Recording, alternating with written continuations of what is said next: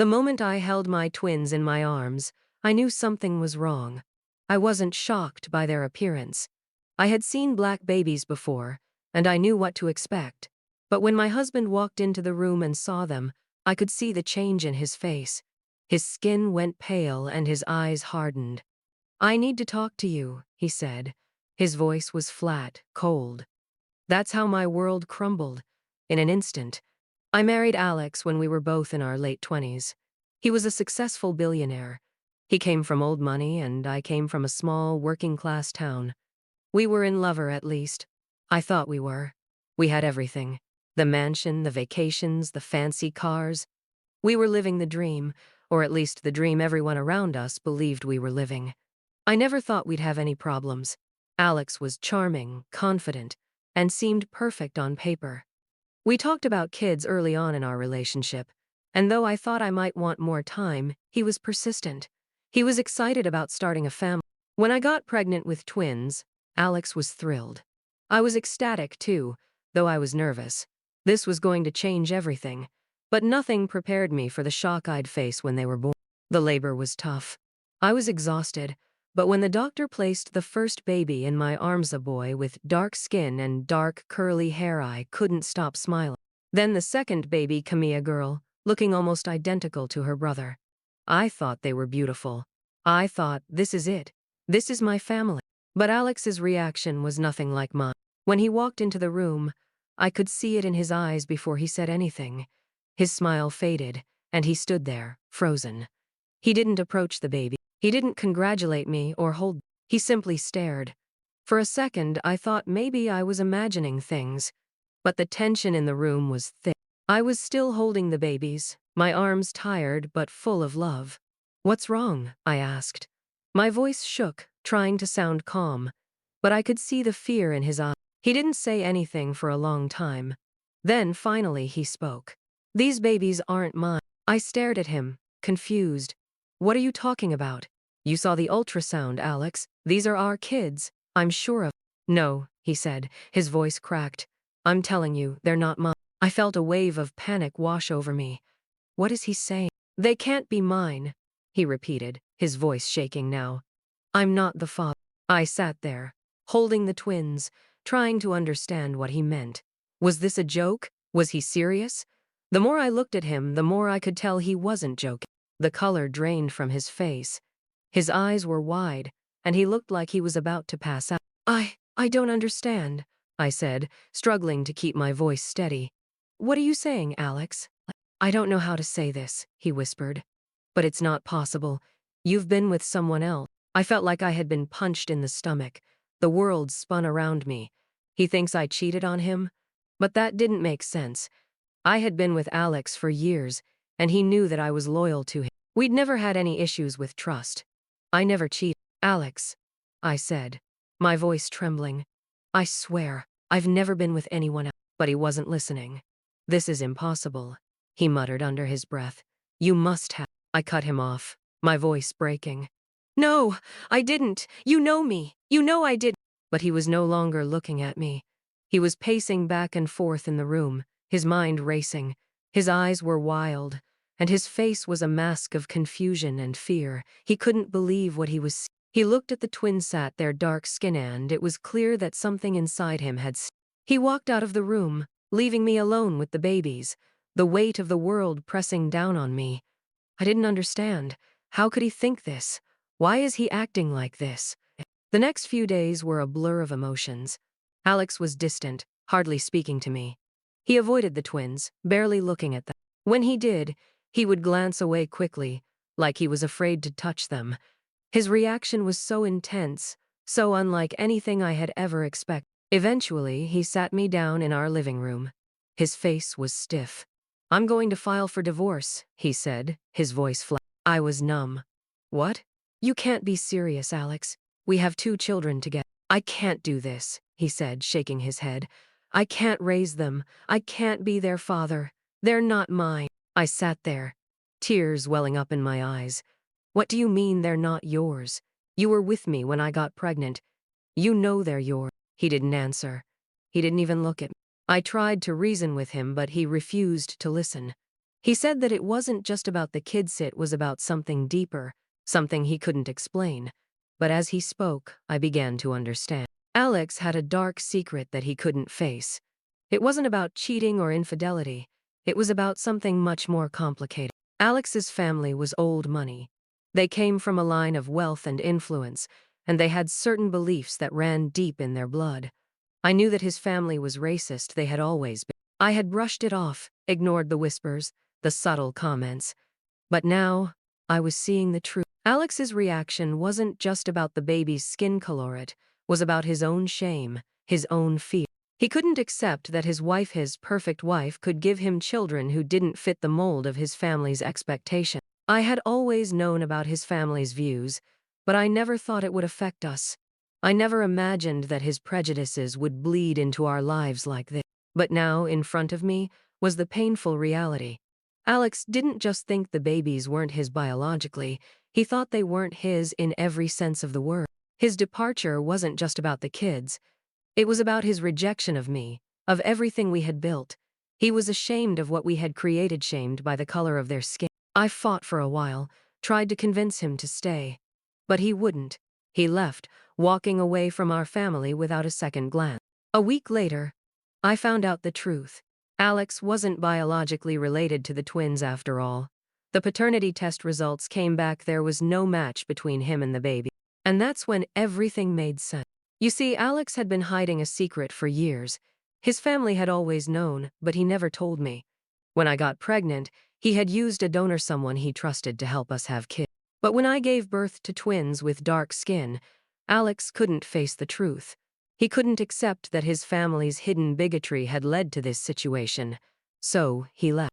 He walked away from everything because of a lie his family's lie. The kids were his, but they weren't his blood. That difference, the one he had buried deep inside, was all that mattered in the end. And that's when I realized how truly alone I was. Now I'm raising my twins on my own. And every day I look at their beautiful faces and I wonder how someone could turn their back on them just because they didn't fit a certain mold. I don't regret having them. I love them more than anything in this world. But I can't help but wonder, what kind of person does it take to abandon your own flesh and blood for something as simple as the color of their skin? In the end, the only thing I know for sure is that I'm better off without Alex. I'll raise these kids to understand their worth, no matter what anyone else thinks. After Alex left, everything felt like it was falling apart. The mansion, the money, the lifestyle, all of it suddenly felt so empty. I was in a haze for weeks. I didn't even know where to begin. I had always relied on him, on the security he gave me. And now I was alone with 2 newborns, left to figure out how to raise them in a world that wasn't going to make it easy. I stayed in the house at first, unsure of what to do. The walls that had once felt so comforting now felt like a prison. Every corner reminded me of the life I thought I had. The staff, the luxury, the endless parties and vacations, it all seemed so far away now. I would sit in the nursery, rocking the twins to sleep, and wonder how things could have gone so wrong. But after a while I realized something. The twins needed me. They were innocent, perfect little beings who didn't deserve to grow up in a broken world where people saw their skin color before they saw who they truly were. They didn't deserve to feel rejected like I had. I knew I had to keep it together for them. I called my lawyer and began the process of divorce. It wasn't easy, especially when Alex's lawyer came at me with threats of custody battles and how the public would react to the scandal. I had never been in a situation like this before, but I wasn't going to back down. I wasn't going to let him use our children as pawns in some twisted game. Through it all, I leaned on my family. My parents, who had always been there for me, even though I hadn't needed them much during my marriage. They weren't rich or famous, but they loved me. And they loved the twins. They helped with the late-night feedings, the diapers, and the endless chaos that came with raising 2 babies. I also started talking to other mothers who had faced discrimination, who understood what it felt like to have children who didn't fit the mold. I found a support group online, and I connected with women who had walked a similar path. It was a lifeline. They shared stories of their own struggles, their experiences with racism, and how they had fought to protect their children from a world that didn't always see them for who they truly were. The more I listened, the more I realized that this wasn't just about Alex. This wasn't just about the breakdown of my marriage. Hey there, if this story moved you, don't forget to hit subscribe to join me for more powerful real-life stories that spark change and inspire strength. Together, we can explore stories of resilience, justice, and the moments that make a difference. Your support helps amplify. This was about something much bigger, a system that had been built to tear people down, to keep them in boxes, to keep them from being seen as whole, valuable human beings. I started doing more research, reading about race, identity, and the history of racism in this country. It was painful at first, but it was also enlightening. I needed to understand the truth of what my children would face, even if it hurt. I needed to be prepared to protect them from the hatred and ignorance that was out there. The more I learned, the angrier I became, not just at Alex, but at the system that had raised him, that had allowed him to turn away from his own children. It wasn't just a matter of color. It was a matter of privilege, of power, and of fear. His fear of what his family would think. His fear of being judged. His fear of losing his status. But I also realized something important. I was no longer tied to that world. I didn't need their approval, I didn't need their wealth or their influence. What I needed was to raise my children to be strong, proud, and unashamed of who they were. And that started with me learning to be proud of who I was, too. I started taking the twins to parks and local events. I introduced them to people from all walks of life. I didn't want them to grow up in isolation, sheltered from the truth. I wanted them to know that they were loved and valued by a community of people who saw them for who they were, not the color of their skin. Of course, there were moments that tested me. I would take them to the grocery store, and sometimes I would overhear whispers or see judgmental stares. I would see the discomfort in people's eyes when they saw a white woman with 2 black children. And it hurt. It hurt deeply. But I would hold my head high and remind myself that they had nothing to do with the prejudice that existed in the world. The hardest part came when I had to explain to the twins, as they got older, why their father wasn't in their lives. It broke my heart to see the confusion in their eyes. They didn't understand why he wasn't around. They didn't understand why someone would walk away from him. But I told them the truth as best as I could. I told them that their father had been scared, that he couldn't accept them for who they were, and I promised them that I would always love them, no matter what. I promised them that they were perfect just the way they were. And I realized something that was even more powerful than the anger I felt toward Alex. The love I had for my children was enough. It was more than enough. I didn't need his validation. I didn't need his approval. Slowly, things started to change.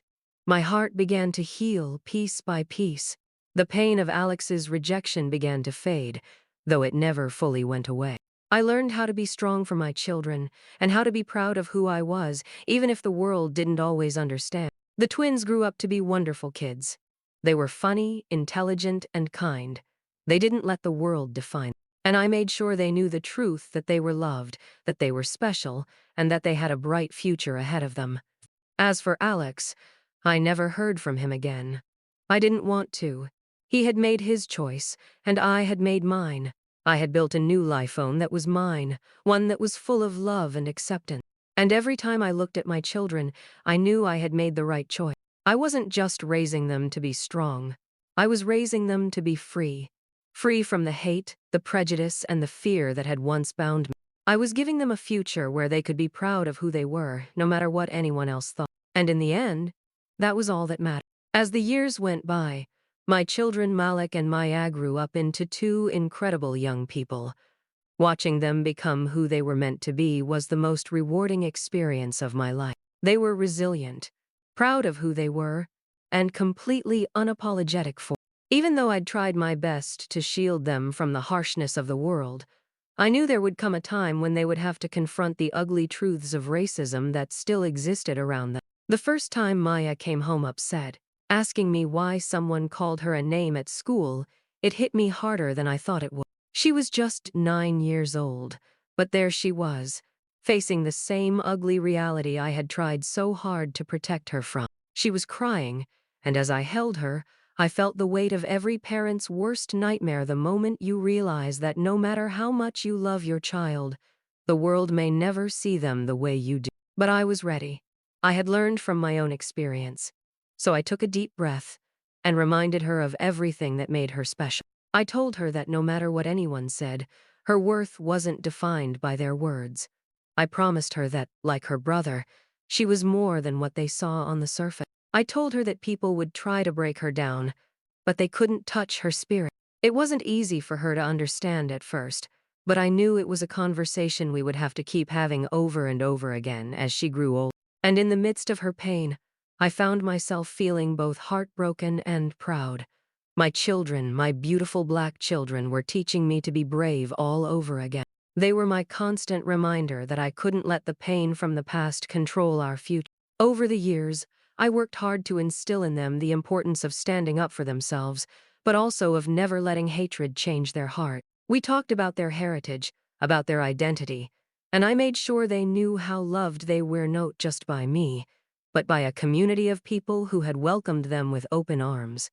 It was the community, the people who loved them unconditionally, who helped me realize that it wasn't just about protecting them, it was about preparing them to navigate the world with strength and grace. As the twins grew older, they started to form their own ideas about race, about the legacy of our family, and about their father. Malik, always the more inquisitive of the two, asked me one day, when he was about 14, why Alex had never come back.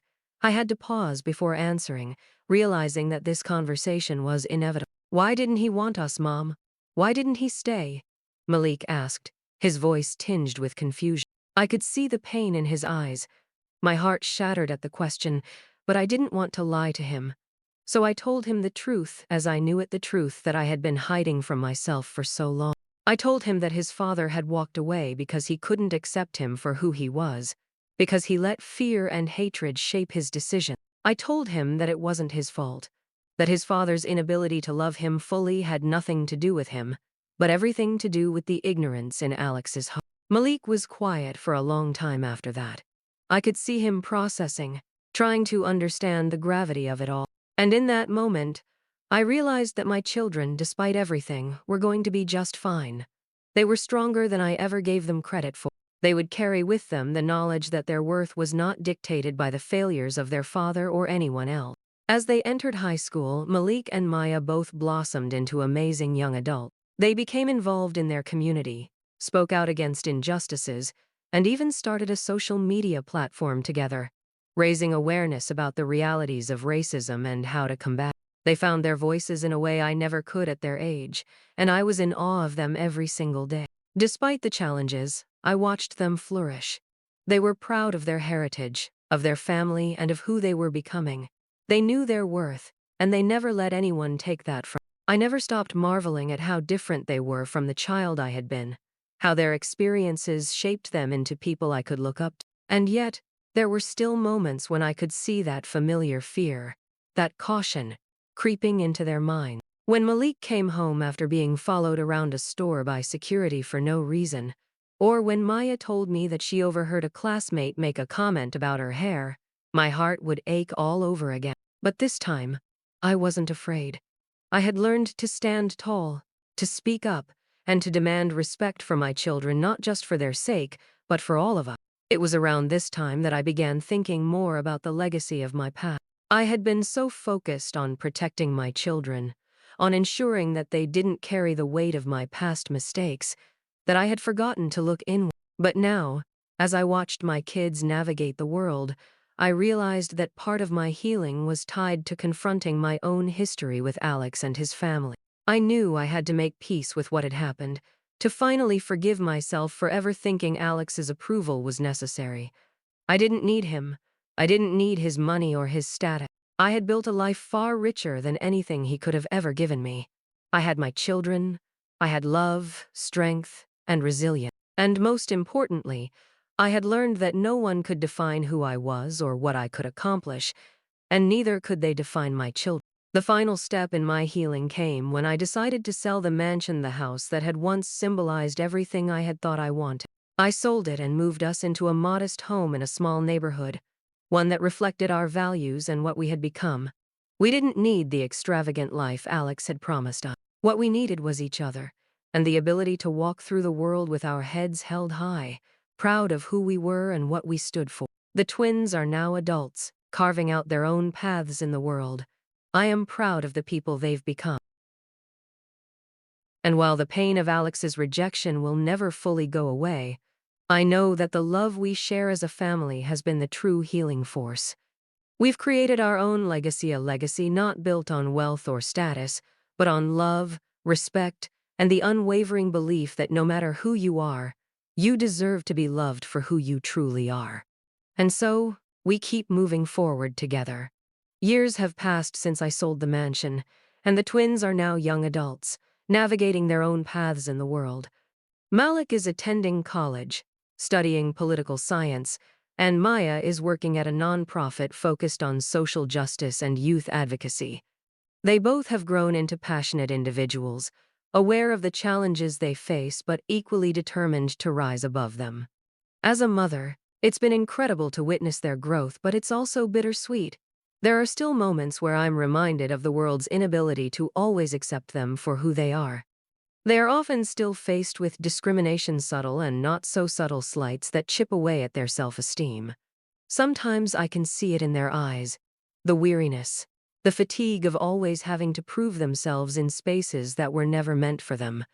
One afternoon, Maya came home from work, her face troubled. "Mom," she said softly, "I had to watch another white woman get promoted over me, even though I've been at this job longer and I know I'm more qualified." It was one of those moments where I couldn't find words right away. All I could do was sit beside her, holding her hand, silently acknowledging her frustration. As a mother, it hurts. The world isn't kind to my children, but I refuse to let them believe that it defines their worth. I told her, "You know that your value isn't determined by a job or anyone's perception of you. What you bring to this world goes beyond what they can see or understand. They don't have the power to make you feel small unless you let them." I said the words, but inside, I could feel the anger rising at a world that had forced her to fight just for her seat at the table. It was so unfair, and yet it was a fight she and so many others like her would have to keep fighting. Later that night, Malik called. He had just returned from a student protest against racial injustice at his university. He sounded exhausted but fired up. "I'm so tired of seeing people like me get ignored," he said, his voice cracking with frustration. "But I'm not giving up, Mom. I can't." And that's when I realized just how far they'd come from the scared children I once held in my arms. They had the power to face the world no matter how hard it pushed back. They had learned to channel their anger into change, their pain into activism, their frustration into action. I couldn't have been prouder. Despite the challenges they still face, they have a fire in them, a refusal to back down. They know that their fight is bigger than themselves. It's about creating a world where no one has to prove their worth based on the color of their skin. It's about tearing down the walls of prejudice that have been built over centuries, even if it means standing alone at times. And they aren't afraid to do that. For me, the journey has come full circle. I've learned to forgive myself, to forgive Alex, and to forgive a system that tried to define me and my children. The pain of his rejection will always be a part of my story, but it no longer controls me. I've created a new story with my children, a story of resilience, of love, of hard-won wisdom. In some ways, I still can't believe how far we've come. There are days when I look at the life we've built, the one we fought for, and I'm in awe of how strong we've become. We've had to tear down our old lives piece by piece, rebuild from the wreckage of broken dreams and lies. But through it all, we've built something better, something real. And if I could say one thing to Alex, it would be this: you missed it. You missed watching them grow into the amazing young adults they are. You missed the joy of seeing them become leaders, change makers, and advocates for a better world. But that's okay. We're fine without you. I've come to peace with the idea that I don't need to have all the answers, nor do I need approval from anyone who cannot accept my children for who they are. They are worthy of love, respect, and opportunity, not because of their skin color or what anyone else thinks, but because of the incredible human beings they are. And so, the story continues. Our family story. the one that's been written in love and struggle, in growth and pain. I know that no matter where life takes us, Malik and Maya will keep pushing for what's right. They will fight for a world where people are seen for who they truly are, where skin color no longer carries the weight of prejudice. And if they can keep pushing forward, so can I. Together, we are stronger than anything that has tried to break us. We're still standing. As the years continue to unfold, I see more of myself in Malik and Maya every day, how they carry the weight of their experiences with such dignity, how they face the world with a resolve that I didn't always have at their age. They've taught me more than I ever could have imagined, not just about race and identity, but about strength, resilience, and the power of love. There are moments when I still catch myself, late at night, thinking about the life I once had. The house, the luxury, the comfort, it all seems like a distant memory now. But it's also become clear that those things never truly mattered. What mattered, what I've come to understand, is that the love I share with my children is the most valuable thing I've ever had. One of the biggest turning points came when Malik decided to run for student government president at his university. He wasn't just running to win a title, he was running because he knew the student body needed someone who understood their struggles, someone who would fight for change. It wasn't easy, and I watched him get knocked down more than once during the campaign. There were people who tried to discredit him, who tried to undermine him because of his race. But Malik never wavered. When he won, I wasn't just proud of him for achieving something that many thought he couldn't. I was proud because he had shown everyone, including himself, that the world couldn't dictate his value. His victory wasn't just a win for him. It was a statement for all the young black men and women who are often told they don't belong in spaces of power. Maya, on the other hand, found her passion in fighting for social justice. After working at the nonprofit for several years, she decided to start her own organization, focused on providing scholarships for young people of color who wanted to pursue careers in law and activism. It was a cause close to her heart, and I watched her grow into a fierce leader who fought to ensure that other young people would have the opportunities she hadn't been given as easily. But even as they both flourished, there were still those moments of pain, when the world would remind them, sometimes directly, sometimes through the quiet looks, that they weren't fully accepted. I could see it in their faces when they came home exhausted, talking about the microaggressions they'd faced at work or school. I could hear it in their voices when they expressed frustration over being overlooked, underappreciated, or treated differently because of the color of their skin. And still they pushed forward. They spoke up. They used their voices, and they never let the hate that others tried to project onto them define their worth. The turning point came when Malik invited me to one of his student government meetings. He wanted me to see firsthand how much work he was putting into his position, how he was advocating for changes that could benefit everyone, regardless of race. As I sat there in that room, surrounded by students from all backgrounds, listening to Malik stand up and speak passionately about equity and justice, I realized something I hadn't fully understood before. I wasn't just raising my children to survive the world, I was raising them to change it. The realization hit me like a ton of bricks. I had spent so much of my life trying to shield them from the world's hatred, trying to keep them from facing the pain of rejection and racism.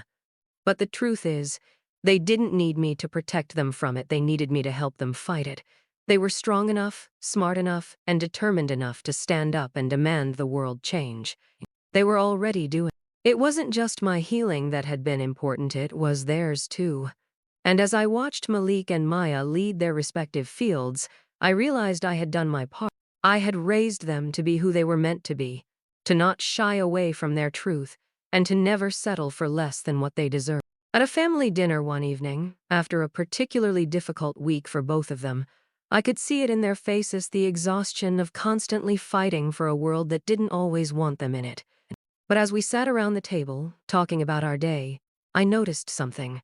There was a quiet strength in their voices, a fire in their eyes. They weren't just surviving the world, they were transforming. And in that moment, I knew without a doubt that, despite everything that had happened, despite the pain, the rejection, and the injustice, they were going to change the world. So I stopped looking back. I stopped holding on to the life Alex and I had built together, the life that was supposed to be perfect. I stopped feeling sorry for the life that was taken away from us.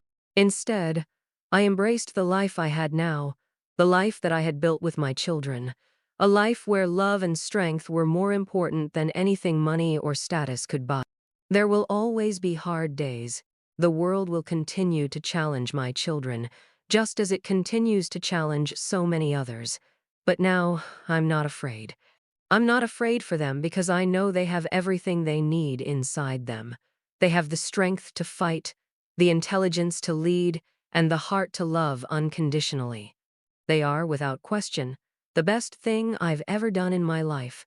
And as I sit back and watch them continue to push boundaries, to fight for a better future, I finally understand what it means to truly be free. To break the chains of fear, rejection, and doubt, and to give my children the freedom to be exactly who they are, without apology. We've come a long way from the fear I felt when Alex walked out. We've come a long way from the pain and the loss, from the heartbreak of rejection. But we're still standing. We're still moving forward, together, ready to change the world. And that's all that matters. The journey has been long, and sometimes it feels like we're just beginning. But in many ways, we've already reached a place of strength, a place where we've proven that even the hardest of circumstances can be overcome. As Malik and Maya continue to push forward in their careers and passions, I've started to take a step back and reflect on the woman I've become. There was a time when I felt like a failure, when I questioned whether I was enough, whether I had done enough for my children. I thought I had to shield them from the world's pain.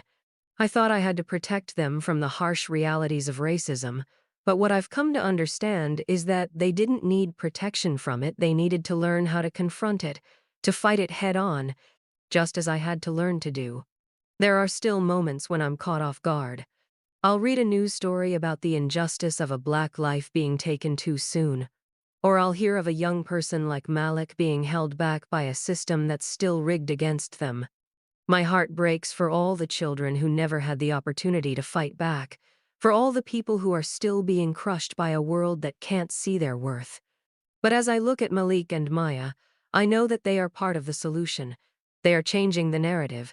They are challenging everything that has been built on hate and fear. Every day, they are showing the world that their lives, their voices, their stories matter. Last year, Maya received an award for her work in social justice, and during her speech, she said something that struck me deeply. "I don't want to be remembered for what I've done for myself," she said. "I want to be remembered for what I've done for the future. I want to create a world where my children don't have to fight as hard as I did. I want to be the one who helped build a bridge for them, so they don't have to cross it alone." It's that kind of vision, that kind of heart, that tells me they are going to leave their mark on this world. They won't just survive, they will thrive, and they will make sure that others can do the same. Malik, too, has grown into a leader. As a student government president, he not only fought for more diversity on campus, but also worked tirelessly to ensure that students from marginalized communities had the resources they needed to succeed. When I attend one of his events now, it's impossible not to see how much he's already accomplished, how many people he's inspired. But even with their success, there are moments of doubt, times when they ask themselves if they're doing enough, if their voices are loud enough to reach the ears of the people who need to hear them. I always tell them the same thing. You are enough. Your work, your love, your strength, they are all enough. And even though I know they hear me, I know too that they won't stop. They'll never stop fighting for what's right. They're driven by a sense of justice that's deeper than anything I could have taught them. It's in their blood, in the legacy of their ancestors, in the unspoken resilience they carry with them every day. There are still days when I think about Alex, when I think about how his rejection of his own children was not just a personal failure but a failure of the system that raised him. A system that told him a person's worth could be determined by the color of their skin, by the people they loved, or by the world they were born into. A system that still clings to those beliefs, but one that is starting to unravel. As for me, I've found peace. Not the kind of peace that comes from everything being perfect, but the kind of peace that comes from accepting the past and focusing on the future.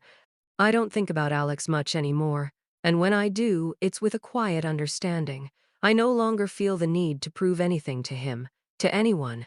My children are the proof of everything I needed to say. They are not just the children of a woman who was abandoned, they are the children of a woman who learned how to stand tall, who learned how to fight for them when no one else would, and who taught them to never let anyone define their worth. I've learned to forgive myself, to forgive Alex, and to let go of the weight of everything that once held me back. I've learned that my identity is not tied to a man or to anyone else's expectations. It's tied to who I am as a mother, as a woman, and as a force of change in this world. And so, the story continues. It's still being written, day by day, by my children, by me, by all of us who refuse to give up, refuse to be silent. The world might try to tear us down, but we won't let it.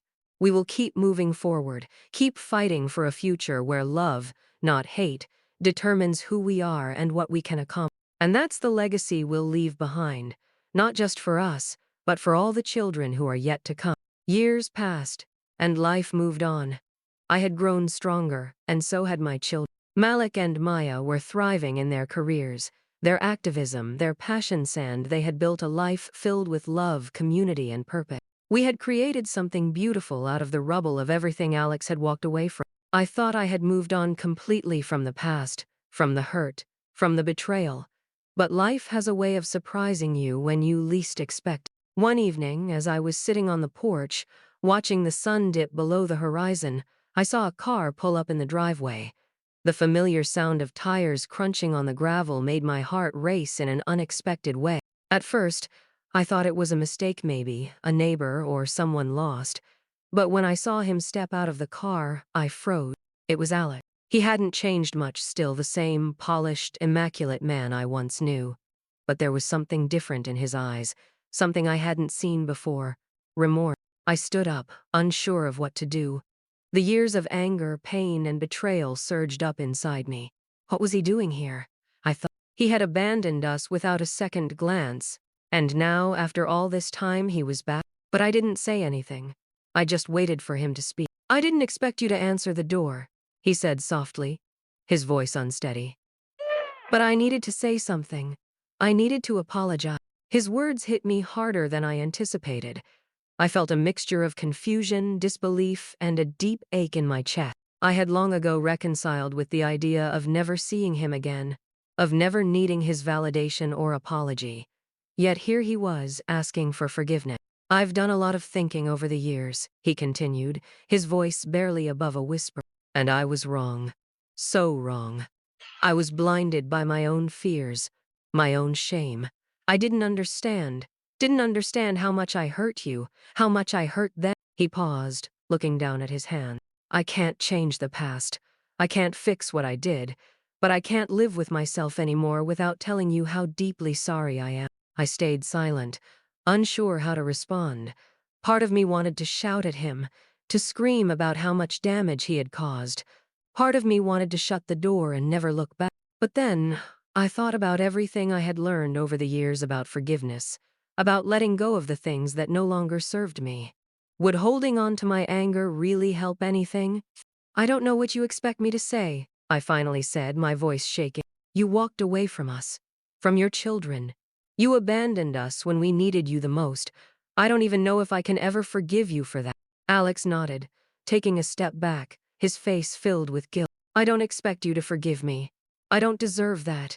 I just wanted you to know that I see now what I did, what I caused. I see it, and it breaks me. The silence between us was heavy, thick with years of unspoken words. I thought about Malik and Maya, how far they'd come, how much they had accomplished without him. I thought about how they had thrived despite the pain he left behind. But as I looked at him standing there, vulnerable and full of regret, I realized something. Forgiveness isn't for him. It never was. It was for me. It was for us so we could truly heal, so we could move forward without that weight still holding us down. I don't know what the future holds, Alex, I said quietly. I don't know if you'll ever be a part of our lives again. But I forgive you. Not because you deserve it, but because I do. I can't carry this anger anymore. I can't let it eat me up inside. Alex's face softened, and for the first time I saw him as a man who was truly broken. Not because of his past mistakes, but because he was finally confronting them. He nodded, tears welling up in his eyes. "Thank you," he whispered. "Thank you." We stood there for a moment, the weight of everything between us still heavy. But there was something different now, something light. "Go home to your family," I said finally. "I don't know what kind of relationship we can have, but you've taken the first. That's more than I ever thought you would do." With that, Alex turned and got back in his car. I watched him drive off, the reality of what had just happened slowly sinking in. I didn't know if his apology would lead to anything more, but for the first time in years, I felt free. I went back inside, where Malik and Maya were sitting at the kitchen table, their laughter filling the room. I knew without a doubt that no matter what happened next, we were stronger than ever. We had survived everything that life had thrown at us, and now, with this one final act of forgiveness, we could finally move forward. I didn't need Alex to complete our family. I didn't need his approval, his presence, or his wealth. What I had, what I would always have, were the two incredible children who had become everything I ever dreamed of and more. And that was enough.